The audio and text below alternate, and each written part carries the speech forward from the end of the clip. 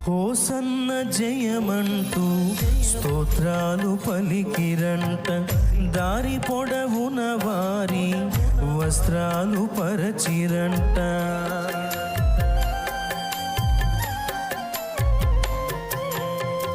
Hosanna జయమంటూ స్తోత్రాలు పలికిరంట, దారి పొడవున వారి వస్త్రాలు పరచిరంట.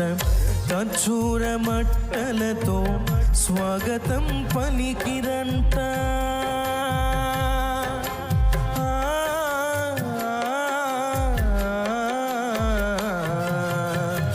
ఖర్జూర మట్టలతో స్వాగతం పలికిరంట.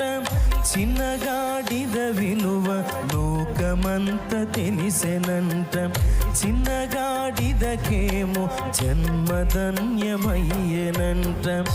ఎవరు కోరని చిన్నగాడిద పిల్లను ఎన్నుకుంటివయ్యాని